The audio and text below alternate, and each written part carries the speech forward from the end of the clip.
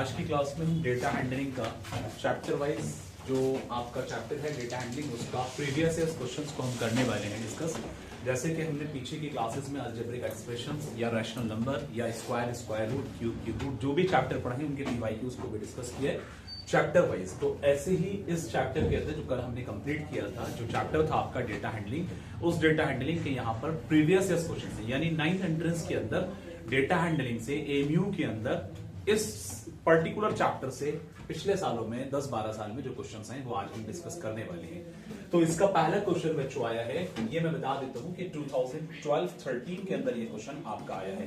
किस ईयर में है? 12-13 में है। ठीक है बच्चों, ये 12-13 में है। कहा गया है the probability of an odd number to appear in a single toss of a fair dice is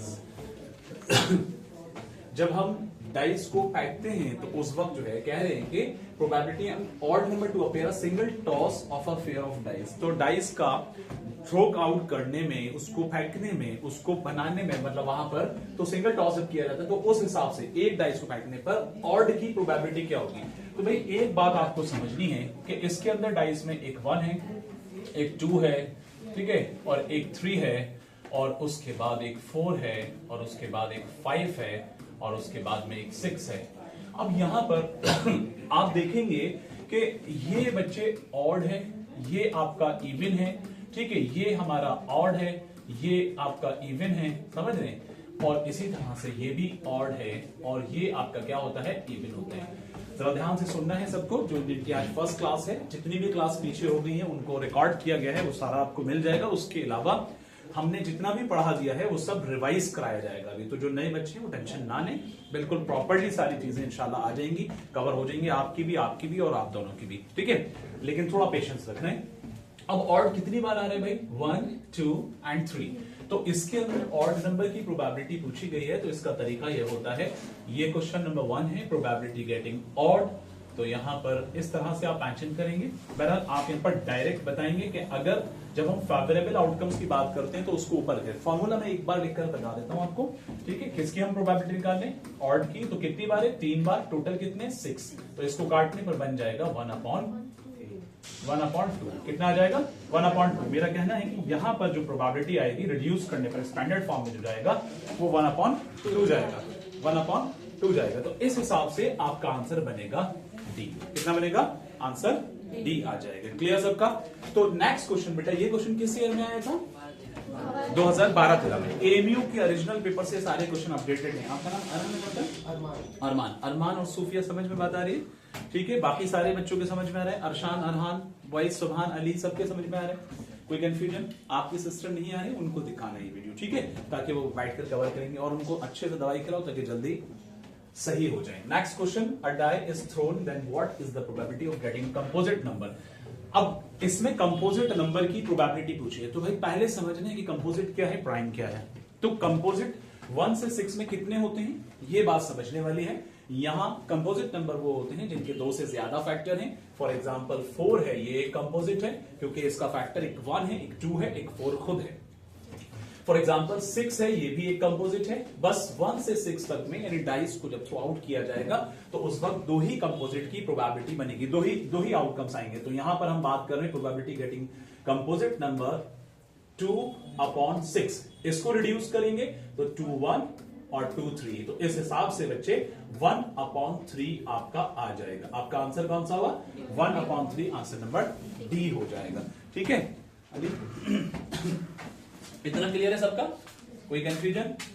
ये आप क्वेश्चन नंबर 3, क्वेश्चन नंबर 3 के अंदर 2014-15 के अंदर ये क्वेश्चन पूछा गया है बच्चों, और 14-15 में जो क्वेश्चन ये पूछा गया है, the average of 2 numbers is 21। The average of 2 numbers is 21। If any third number is added then the average drops to 19। What is the third number? Most important question. Most important मैं इसलिए बोल रहा हूं क्योंकि इस question के अंदर अक्सर बच्चे कंफ्यूज होते हैं। ये क्वेश्चन 2014-15 में इसी चैप्टर से आया है। क्वेश्चन की लैंग्वेज को सही से सुनना है मानव, और सही से समझना है सूफिया। यहां पर देखना है कि असल में इस क्वेश्चन में कहा गया है, कहा यह गया है, थोड़ा अलग हट करके ये क्वेश्चन है। The average of 2 numbers, 2 number का एवरेज 21 है। अगर एक थर्ड नंबर उसमें ऐड किया जाता है then the average drops to 19, तो एवरेज जो हो जाता है तीसरा नंबर ऐड करने के बाद 19 होता है। भाई अगर 3 नंबर को मैं ऐड करूंगा, मेरा कहना है कि 2 नंबर का एवरेज जो है 21 है ना, बात आप समझना। तो अगर एवरेज यहां जब 2 नंबर का एवरेज, एक चीज याद रखना, जब कभी भी जिन नंबर का एवरेज दे रखा है तो आप उसका सम निकालेंगे हमेशा। क्या निकालेंगे? सम ऑफ 2 नंबर्स जो आएगा, सम ऑफ 2 नंबर्स क्या आएगा? अब इसमें सम ऑफ 2 नंबर्स जो आएगा बच्चों यहां आएगा इज इक्वल टू 2 इंटू 21। असल में 2 नंबर का एवरेज जब 21 है तो उनका सम रहा होगा, क्योंकि हमने कोई भी 2 नंबर रहे होंगे उनका प्लस करके 2 से डिवाइड किया तो वो एवरेज होता है। अब जब हम इन दोनों का सम की बात करेंगे तो इन दोनों का सम कितना आएगा भाई? 42। जब 2 नंबर का सम 42 है और तीसरा नंबर अगर मैं x लेट कर लेता हूं मेरे दोस्त, तो यहां पर 42 प्लस x होगा। तो जब ये 3 नंबर का सम यहां आ रहा है और इसको 3 से डिवाइड करने पे एवरेज जाता है 19। कितना जाता है? 19। Getting my point? क्लियर सबका? ये स्टेप समझ आया सबके? किस तरह से मैंने चीज को मैनेज किया? आपके समझ आया? जब कभी भी किसी भी 2 नंबर का, 3 नंबर का, 4 नंबर का, 5 नंबर का, जितने भी नंबर का एवरेज की बात की जाती है तो उस केस में आप वहां पर उतनी काउंटिंग से उस एवरेज को मल्टीप्लाई करेंगे तो उनका सम आएगा। इससे अलग हट करके एक चीज मैं समझाता हूं। फॉर एग्जाम्पल कि एक नंबर है 1, एक नंबर है 2, एक नंबर है 3, एक है 4। अब मैं कह रहा हूं कि इनका एवरेज मुझे निकालना है, इट्स मीन निकालना है।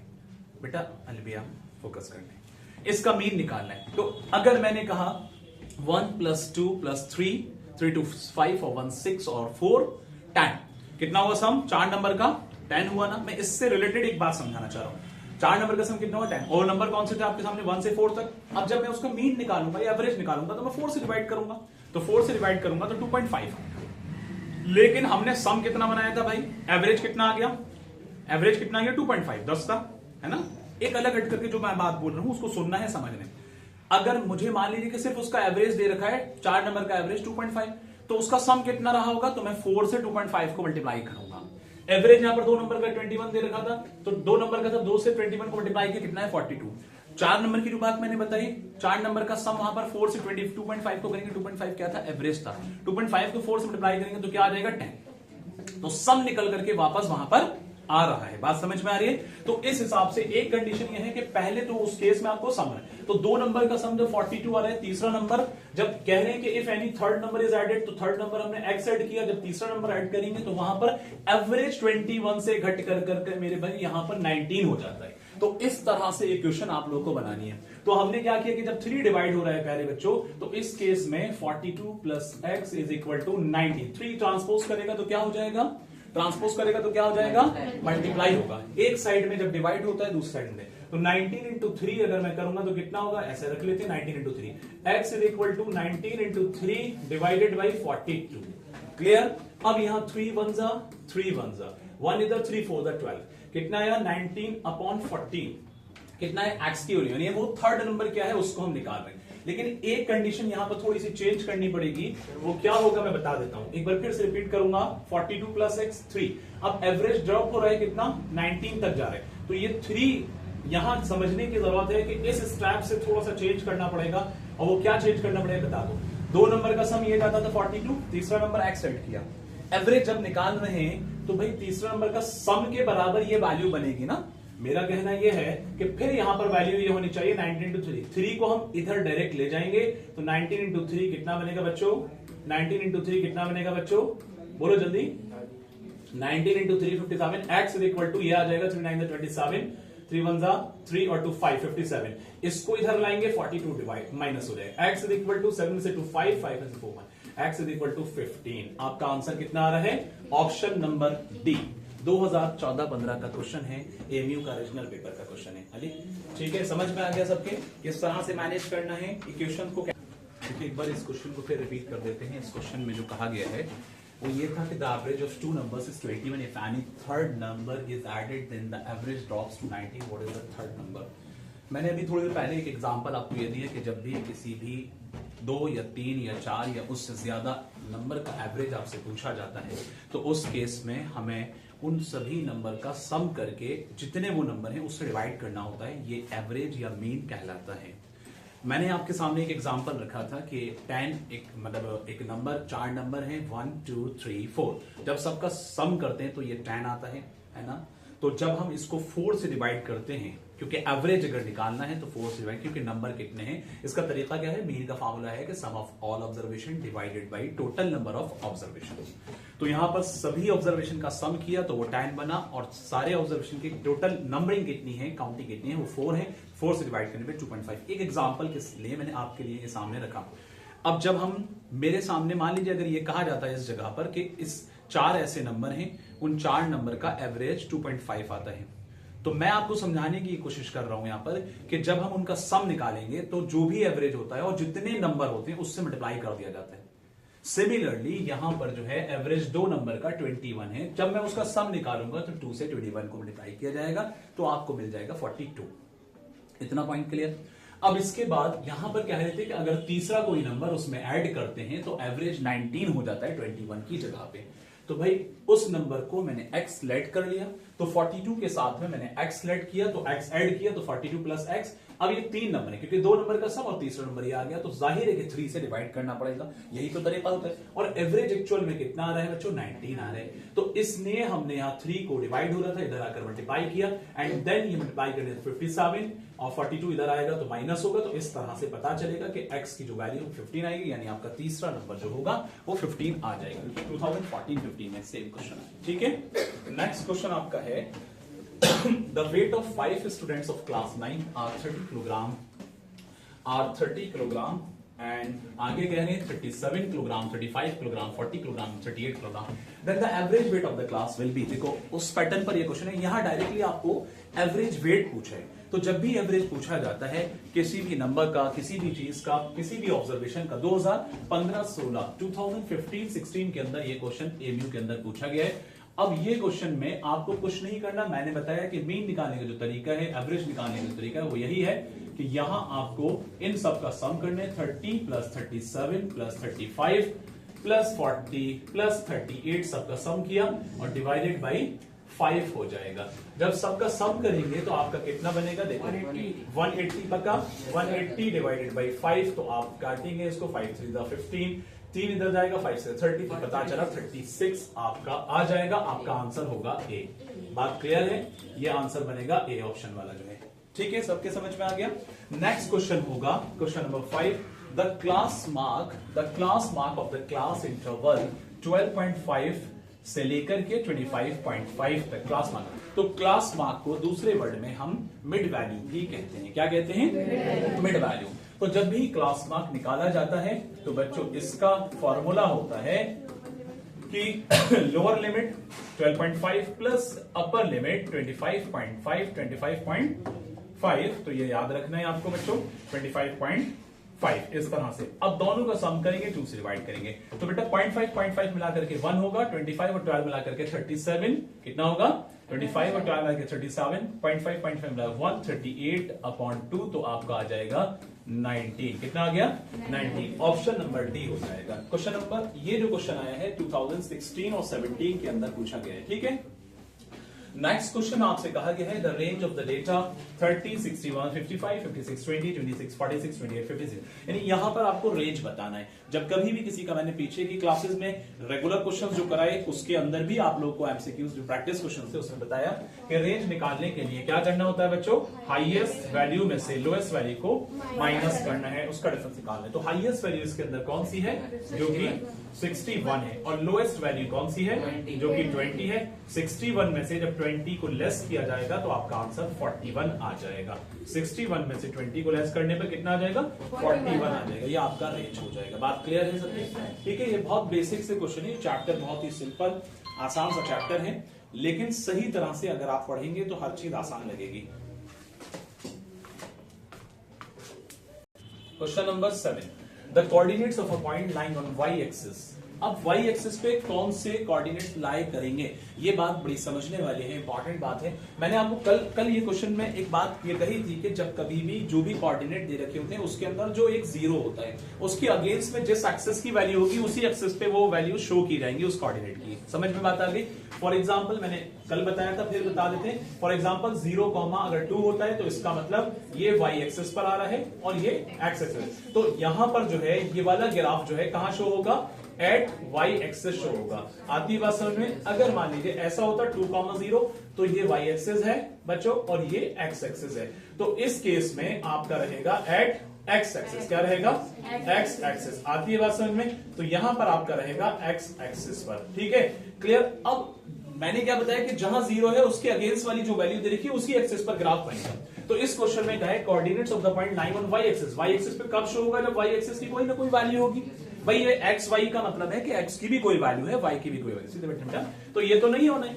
अब आप c को देखेंगे तो c वाली वैल्यू x 0 है, तो y एक्सिस की वैल्यू यहां पर c जो बन रहा है पार्ट, ये भी गलत है। अब a को देखेंगे, दोनों जगह 0 है, तो दोनों जगह 0 होता है तो वहां कहां आता है? ओरिजिन पर आता है। दोनों जगह 0 होता है, कहां आता है? ओरिजिन पर। तो ये भी हट गया। अब क्या बचा? 0y। इसका मतलब ये निकल रहा है कि x की वैल्यू 0 और y का मतलब यहां पर कोई ना कोई y की वैल्यू है। इस केस में y एक्सिस के ऊपर ये वाला शो किया जाएगा। आती है बात समझ में? तो आपका आंसर कौन सा होगा बच्चों? बी हो गया। कोई कंफ्यूजन किसी को भी? बताइए। न्यू कमर सबका क्लियर? आपका आप दोनों का, और बाकी बच्चे अलबिया मेमुना जितने भी बैठे हैं पुराने बच्चे, ये ना सोचें कि सर मैं भूल गए, याद हमें सबकी है। बस जो नए फेस होते हैं, क्योंकि उनका जब शुरुआती दिन होते हैं तो अनकंफर्ट फील करते हैं, तो कहीं ना कहीं उनसे फीडबैक बीच बीच में लेना पड़ता है। Next question number 8। इस क्वेश्चन में ये 2019-20 में आया है क्वेश्चन, 1920 में ये क्वेश्चन पूछा गया और इस क्वेश्चन में आपसे कहा गया है बच्चों, अ डाई इज थ्रोन वंस। एक डाई को एक बार फेंका गया, the probability of getting a prime number. Prime number के आने की प्रोबेबिलिटी कितनी होगी? प्राइम नंबर के आने की प्रोबेबिलिटी कितनी होगी 2019-20 में? तो मैंने आपको बताया कि die is the factor of the prime number होते कौन कौन से हैं। सबसे पहले ये जानना है व्हाट इज प्राइम नंबर, है ना? तो prime number are those numbers which have only two factors, 1 and number itself are called prime number. ऐसा नंबर जिसका फैक्टर 1 हो और जिसका फैक्टर वो खुद हो। बात समझ में आती है? ऐसा नंबर जिसका फैक्टर 1 हो या वो नंबर खुद हो। क्लियर? तो इस तरह के नंबर को हम क्या बोलते हैं? प्राइम नंबर बोलते हैं। क्या बोलते हैं? प्राइम नंबर बोलते हैं। तो भाई ऐसा 1 से 6 के बीच में, 1 से 6 के बीच में ऐसा नंबर जो है वो कौन कौन से हैं? प्राइम अगर आएंगे तो कौन कौन से, जल्दी बताओ। एक तो 2 है बच्चों। अब आप 2 को प्राइम नहीं कहेंगे, 2 के 2 ही तो फैक्टर, एक 1 एक 2 और एक 3 है और एक 5 है। ये 3 ऐसे नंबर है प्राइम। अब हमें प्रोबेबिलिटी किसकी बतानी है? प्राइम की। तो प्रोबेबिलिटी प्राइम की निकालने के लिए तरीका क्या होगा? Probability of prime number getting prime number is equal to 1 2 3, 3 है और टोटल कितना है? 6। इसको रिड्यूस करेंगे तो कितना आ गया? 1/2। Your answer is a. कोई कंफ्यूजन? समझ में बात आ रही है? देखो जो मैं सोल्यूशन यहां पर कर रहा हूं ये आपको एग्जाम में करने की जरूरत नहीं, सिर्फ आपको समझाने के लिए बताया जाता है। डायरेक्टली देख करके आप बता सकते हैं 1 से 6 के बीच में कौन कौन से, भाई 2 आ रहा है, 3 आ रहा है, 4 आ रहा है, 5 आ रहा है, 6 आ रहा है। तो 6 नहीं होगा, 1 नहीं होगा, 2 होता है, 3 होता है और 5 होता है, 4 भी नहीं होगा। तो 3 आपने पकड़े, 3 को ऊपर रखेंगे। प्रोबेबिलिटी निकालने का तरीका 3 फेवरेबल आउटकम्स में आ गया, उसको 3 को अप रखेंगे और 6 टोटल है उसको डाउन रखेंगे। 3/6 को रिड्यूस करेंगे तो आपका क्या आ जाएगा बच्चों? 1/2 आ जाएगा। तो इस हिसाब से आपका answer 1/2। Next question number 9, the probability of getting a number greater than 6। 6 से बड़े होने की प्रोबेबिलिटी, जब डाइस को फेंका जाता है तो 6 से ज्यादा आने की प्रोबेबिलिटी कितनी होती है? क्या 6 से बड़ा कोई नंबर डाइस के अंदर आ सकता है? भाई 6 से बड़ा नंबर कोई डाइस के अंदर आ सकता है? बताइए। नहीं आ सकता। और जब नहीं आ सकता तो उसकी प्रोबेबिलिटी 0 होती है और जिसकी प्रोबेबिलिटी 0 होती है उसे हम क्या बोलते हैं? Impossible event. और जिसकी प्रोबेबिलिटी 1 होती है उसे क्या बोलते हैं? Sure event. ये बातें मैं बीच बीच में इसलिए बोल रहा हूं क्योंकि इस पर भी क्वेश्चन पीछे के साल में आएंगे और पीछे के साल में आ चुके हैं और अब भी आ सकते हैं। तो यहां पर कहा यह गया है कि 6 से बड़ी प्रोबेबिलिटी कोई भी नहीं है, तो भाई 6 से बड़ी प्रोबेबिलिटी वो आ जाएगा 0 और 0 जिसकी प्रोबेबिलिटी होती है उसे बोलते हैं इम्पॉसिबल इवेंट। क्या बोलते हैं? इम्पॉसिबल। और ये जो क्वेश्चन आया है 2020-21 के अंदर पूछा गया है एग्यू में। सही है बच्चों? बात क्लियर है? नेक्स्ट क्वेश्चन आपका होगा क्वेश्चन नंबर 10 और क्वेश्चन नंबर 10 के अंदर आपसे ये क्वेश्चन 2021-22 में ये क्वेश्चन आया है बच्चों। 21-22 में ये क्वेश्चन आया है, यहाँ 22 मेंशन है, 21-22 में। अब ये रेंज पूछा है तो बताइए इस क्वेश्चन का रेंज कितना होगा? जल्दी से बताओ आप लोग। सेम क्वेश्चन रिपीट हुआ है, अभी जो पीछे आया था वो किस ईयर में आया था?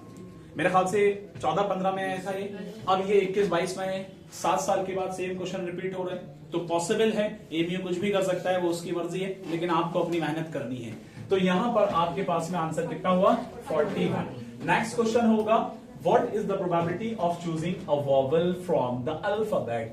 यानी अल्फाबेट का मतलब है कि यहां पर ए से जेड तक के अंदर, ए से जेड तक जो है आपके कितने वॉवेल होते हैं, एक बात आपको ये मालूम चाहिए, और जो वॉवेल हैं उनकी प्रोबेबिलिटी आपको बतानी है। तो भाई वॉवेल जो है वो 5 हैं, ए ई आई ओ यू सब जानते हैं 5 हैं, और 5 कितना हो गया, ये फेवरेबल आउटकम्स हो गया। 5 को रखेंगे ऊपर, टोटल अल्फाबेट्स कितने भाई 26 हैं, 5/26। क्या ये कट सकता है, नहीं कट सकता, तो आपका आंसर होगा 5/26। एनी प्रॉब्लम, क्लियर सबका, कोई कंफ्यूजन सभी बच्चों को?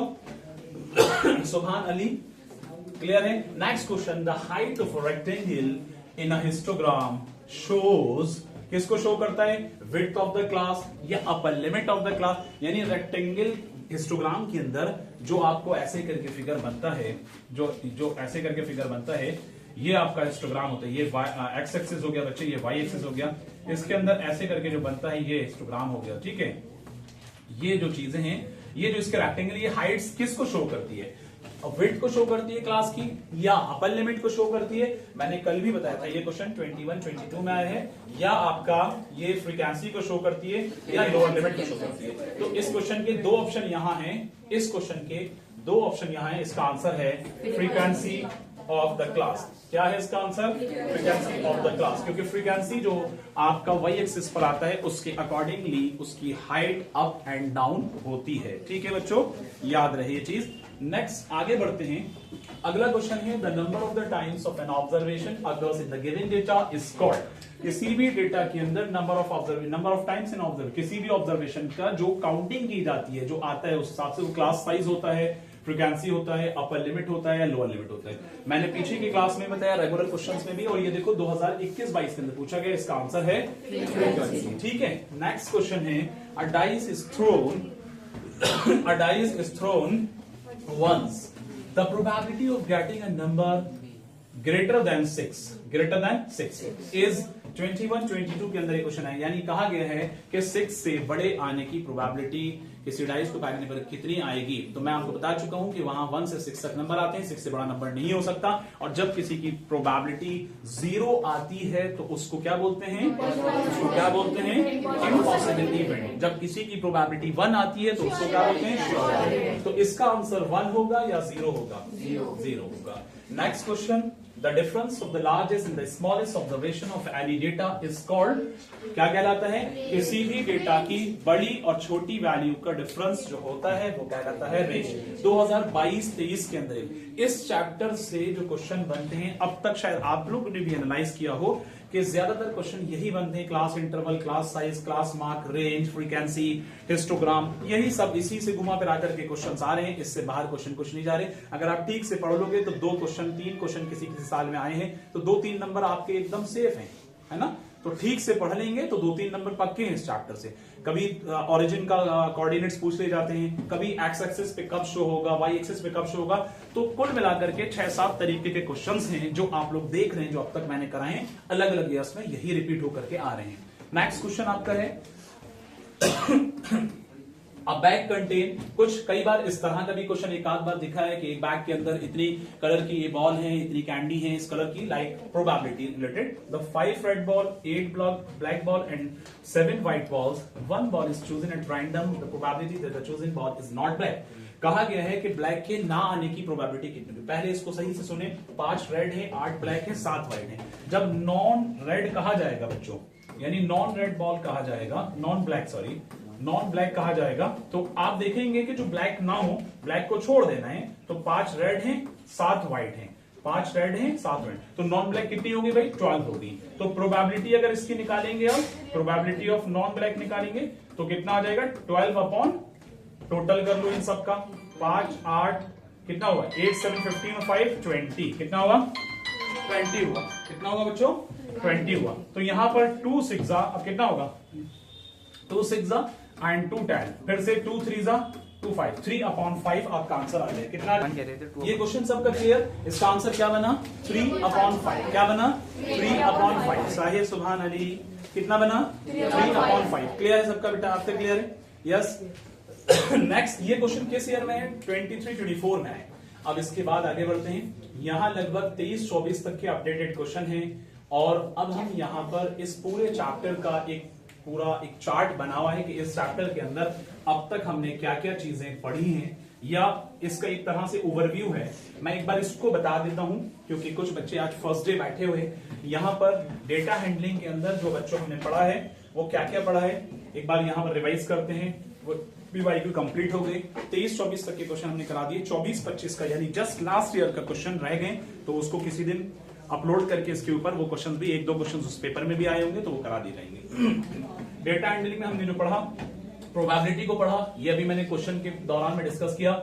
बार ग्राफ को पढ़ा, डबल बार ग्राफ को पढ़ा, पाई चार्ट के बारे में पढ़ा। पाई चार्ट को हम सर्किल ग्राफ भी कहते हैं जैसे मैंने कल बताया। हिस्टोग्राम के बारे में पढ़ा। ठीक है बच्चों, पाई चार्ट के अंदर हम क्या क्या चीजें देखेंगे, shows the relation between a whole and its part, है ना। Whole is divided into parts. इसमें सेंट्रल एंगल निकालने का जो फॉर्मूला है बच्चों वो क्या है, value of a particular made जो बन रही है upon sum of the value, जैसे मैंने कल बताया, इनटू 360 डिग्री। तो ये इसका फॉर्मूला है। इसके बाद हिस्टोग्राम के अंदर क्या क्या चीजें हमने देखी, used to present group data, height of bar shows frequency class interval, या bars of equal width with no gaps in between, जैसा मैंने बताया कॉन्टिन्यूस सीरीज होना जरूरी है, कल ये बात बताई थी, है ना। इसके अलावा हमने प्रोबेबिलिटी पढ़ी। प्रोबेबिलिटी में मैंने ये चीजें बताई कि श्योर इवेंट जब होता है तो वो 1 कहलाता है, इम्पॉसिबल इवेंट होता है तो 0 कहलाता है। जैसे इम्पॉसिबल इवेंट कब होता है बच्चों, जैसे अभी कहा गया कि 6 से डाइस को फेंकने पे 6 से बड़ी वैल्यू कब आएगी, तो भाई वहां 6 से बड़ी वैल्यू आ ही नहीं सकती। ये चीजें हमने वहां पढ़ी। उसके अलावा मैंने आप लोगों को आपके स्टैंडर्ड से अलग ऊपर हट करके प्लेइंग कार्ड्स भी पढ़ाए, मेरे वीडियो के अंदर अवेलेबल हैं। जो बच्चे न्यू कमर्स हैं वो सारी वीडियो के लिंक इस चैप्टर की आज ग्रुप में भेज दिए जाएंगे, और आप दोनों और आप भी तीनों लोग सब्सक्राइब जरूर कर देना ताकि नोटिफिकेशन मिलते रहेंगे। आप भी और आप भी, ठीक। 3 सब्सक्राइबर आज बढ़ने चाहिए, मैं चेक करूंगा, और उसको आप लोगों को मैं लिंक भेजूंगा ग्रुप के अंदर। मुझे आप तीनों, आपका नंबर ऐड है, आप दोनों अपने अपने पर्सनल नंबर से जो व्हाट्सएप पे ऐड करवाने मुझे भेजना, मैं भी थोड़ी देर में ऐड कर दूंगा, ठीक है। फिर ऐड करने के बाद आपको ये वीडियो भी मिल जाएगी, कल वाली भी और पीछे की जितनी भी। अब इसके अलावा हमने डबल बार ग्राफ में bar graph showing 2 sets of a data simultaneously used for comparison of data. इसके बाद बार ग्राफ की बात करेंगे तो display of information using bars of uniform weight, ठीक है, their heights being proportional to respective values. ये एक तरह से ये ओवरव्यू है क्योंकि मैं पूरा पढ़ा चुका हूं।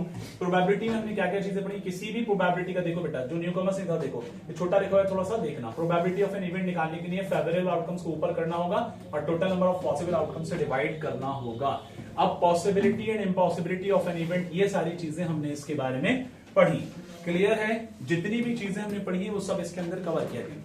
मैंने इसके अलावा आप लोगों को जो बताया, आप लोगों को प्लेइंग कार्ड्स के बारे में बताया, बस मैं हल्का से एक ओवरव्यू करूंगा। इसके अंदर प्लेइंग कार्ड नहीं है, मैं यहां बता देता हूं कि प्लेइंग कार्ड बेसिकली बच्चों, जल्दी से बता रहा हूं, 1 मिनट के अंदर सभी लोग गौर से सुन लें, एक बार रिवाइज हो जाएगा। प्लेइंग कार्ड्स 2 तरह के होते हैं, एक आपके बच्चे ब्लैक होते हैं, एक आपके रेड होते हैं। ब्लैक के अंदर 26 होते हैं, रेड के अंदर भी 26 होते हैं। इस 26 में 13 आपके स्पैट्स होते हैं बच्चों। कौन से होते हैं बच्चों, स्पैट्स, और 13 प्यारे बच्चों आपका क्लब्स होता है। और इसी तरह से रेड में आपके डायमंड होते हैं, रेड में आपके डायमंड होते हैं, और इसके बाद हार्ट्स होते हैं। क्लियर है बच्चों, तो इस तरह से 13 यहां है बच्चों और 13 यहां है। कुल मिलाकर के ये 13 के 4 सेट होते हैं प्लेइंग कार्ड्स के अंदर। उसके अलावा बच्चों यहाँ पर हर एक सेट के अंदर स्पेट्स, चिड़ी, और ऐसा करके ब्लैक कलर का वो एक पत्ता सा होता है, लाइक उसको चिड़ी बोलते हैं, और पता नहीं ये 2-4 चीजें हिंदी में नाम जानते हैं, लेकिन ये फिलहाल यहाँ पर जाने। डायमंड यानी ईंट का शेप जो होता है रेड कलर का, और हार्ट्स जो है दिल जैसा शेप होता है रेड कलर का, वो उसको कहलाते हैं। हर एक सेट के अंदर बच्चों 13 कार्ड्स होते हैं, और 13 में कौन कौन से होते हैं मैं बता देता हूं। एस है, किंग है, क्वीन है, और जैक है, फिर उसके बाद 10 है, फिर उसके बाद 9 है, 8 है, फिर 7 है, फिर 6 है, फिर 5 है, फिर 4 है, फिर 3 है, फिर 2 है। ये पूरा का पूरा स्ट्रक्चर जो बच्चों मैंने आप लोगों को बताया, ये पूरा का पूरा स्ट्रक्चर ये हर एक सेट का अवेलेबल होता है। यानी स्पैट्स में भी ये 13 है, क्लब्स में भी, डायमंड में भी, और हार्ट्स में भी ये 13 अवेलेबल होते हैं। अब मैं एक और चीज बता दूं, सबसे ज्यादा हाईएस्ट वेटेज जो कार्ड होता है वो एस होता है, उसके बाद फिर किंग होता है। एस मतलब इक्का बोलते हैं, किंग मतलब राजा, क्वीन मतलब रानी, और जैक मतलब जोकर को कहते हैं। फिर 10 को दैला और 9 को नैला, और इस तरह से अलग अलग इनके हिंदी के नाम है। कुल मिलाकर के ये 13 कार्ड्स हैं, और हर 13 के अंदर आपके 3 फेस कार्ड होते हैं। अब फेस कार्ड कौन से कहलाते हैं बच्चे, ये याद रखना है। फेस कार्ड जो है, हाँ बस मैं ओवरव्यू कर रहा हूं। फेस कार्ड जो है वो किंग है, क्वीन है, और इसी तरह से प्यारे बच्चों जैक भी है। क्या है? जैक है। किंग क्वीन जैक, ये आपके फेस कार्ड हैं। और याद रखो कि फेस कार्ड स्पेड्स के अंदर 3 है, क्लब्स के अंदर 3 है, डायमंड के अंदर 3 है, हार्ट्स के अंदर, यही सारे 13 इसमें भी है, इसमें भी है, इसमें भी है, इसमें भी है। तो अलग अलग डिफरेंट तरीके से अभी आपके लेवल का जो क्वेश्चन आ रहे हैं वो प्लेइंग कार्ड से प्रॉपरली नहीं बने, हो सकता है कि आने वाले साल में आ जाए। ठीक है, आज की क्लास इतनी रख रहे हैं और जितना भी पढ़ाया है उसको रिवाइज जरूर करना है सभी बच्चों को।